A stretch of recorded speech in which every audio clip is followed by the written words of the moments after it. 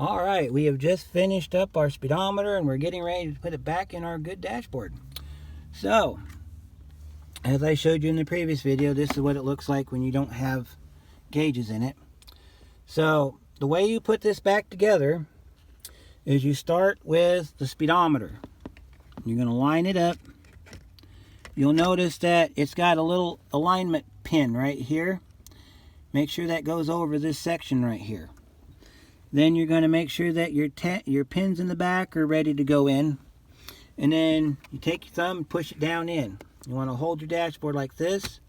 Push it down. You don't have to He-Man it. You just push it down in there. That one's in. And then the next one you're going to put in is the tachometer. Try not to touch the needle. Hold it just like this. Okay? You're holding it just like this, because this is the back of the tach right here. And you don't want to touch the needle, because then you got to calibrate this thing, and I have no idea how you're going to do that. And this up here is your right turn signal, by the way. You see how this over here, it's got an alignment tab? Goes right there on that alignment tab. You're going to take your tachometer, same way you did your speedometer. You're going to line up your pins on the back, because sometimes these will fight you a little bit. Take your thumb, put it over the 7. Try not to touch the needle. Over the 7, push down. And then you want to put it over the 3, push down. And then on the bottom, push down, and you're done. Your tachometer's in. Okay. Now we got to put our temperature gauge and our fuel gauge back in. So we'll take that. Again, we have an alignment tab here. And then we've got 6 tabs we have to line up. So this is what the back of the gauge looks like, in case you're wondering. Now these are stepper motors. These are stepper motors. They never go bad. I have never had one fail on me yet. It takes a very small torque bit. I think that's like a T5. I'm not real sure. Never had to take one apart.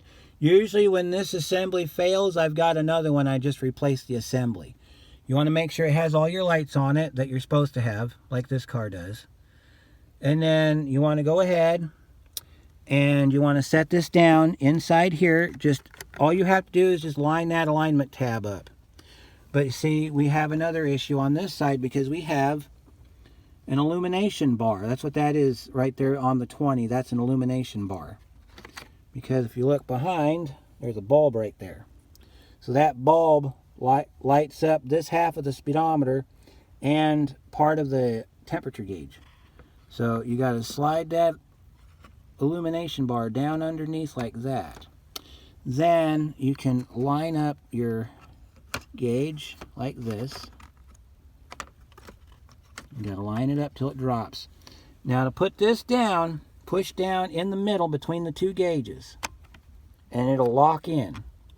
Over here on this side, you want to lock that down too.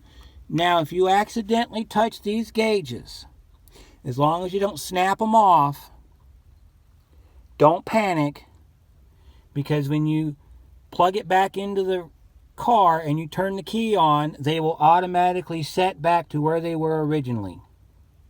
As long as you didn't snap off the gauge, that little pin right there that we saw on the speedometer, they have that on all these gauges. If you don't break that pin off that holds that needle on, you'll be good to go. Alright, so then we've got our dashboard reassembled. Go ahead and put your cover plate back on. See this one here? There's the 3 screws on the top that we took out. There's the 2 screws on the bottom that we took out.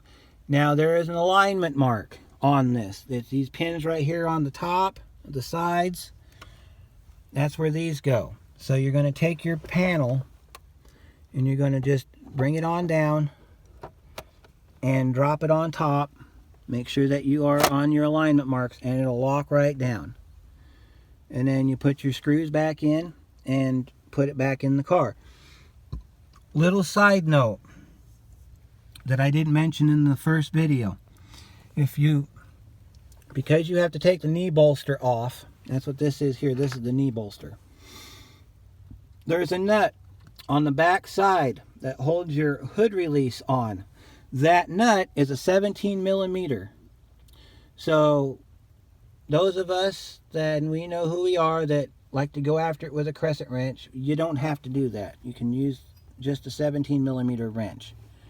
And then these screws here, they are a T15, and a T15, believe it or not, it'll sit inside your 7mm socket. It's loose, but it will fit. So you can use that to put your dashboard front back on. And then the 7mm are the bolts that holds, or the screws that holds the whole thing together. You've got the 4 that you took out to get the dashboard out. Then you've got 5. There's the 3 that go along the top, and then you got the 2 hidden by the knee bolster that you have to take out. And then the knee bolster is held in by these clips. So, and the knee bolster is actually built better than the bezel is. But the bezel's also got some clips in it too. I've done a video about how to put the bezel on.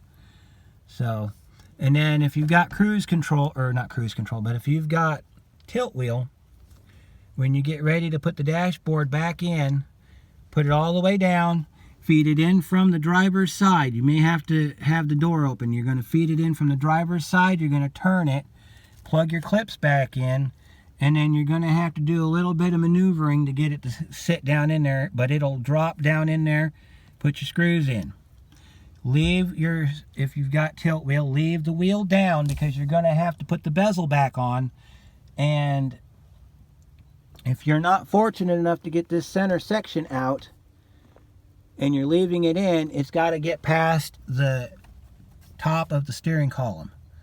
So that's why you're going to leave your wheel down, because if you push it up, as you can see, we have no room anymore. So you got to keep your wheel down. If you don't have tilt wheel, there is a workaround for this. You have to take this collar off. This collar is held on by 2 Phillips screws. They're underneath the steering wheel. They're right directly underneath the steering wheel, right where my finger's sitting. They're Phillips screws. There's sometimes 1 in the very back, maybe 2, depending on the model or the year. They may have changed it slightly. But then you have to separate the clamshell. It's called a clamshell, even though I just called it a collar. It's a collar as a whole, but then it's a clamshell when you take it apart. And then you have to take the upper section off, set it to the side, and that'll give you the room you need to get your bezel on and your dashboard in. The other thing to note is, some people think you have to take the steering wheel off. You don't need to take the steering wheel off. Just take this upper clamshell off, and then you can get it down in there. So I'm going to go ahead and put this back together, and then we're going to take this sucker out and give it a shot and see what happens.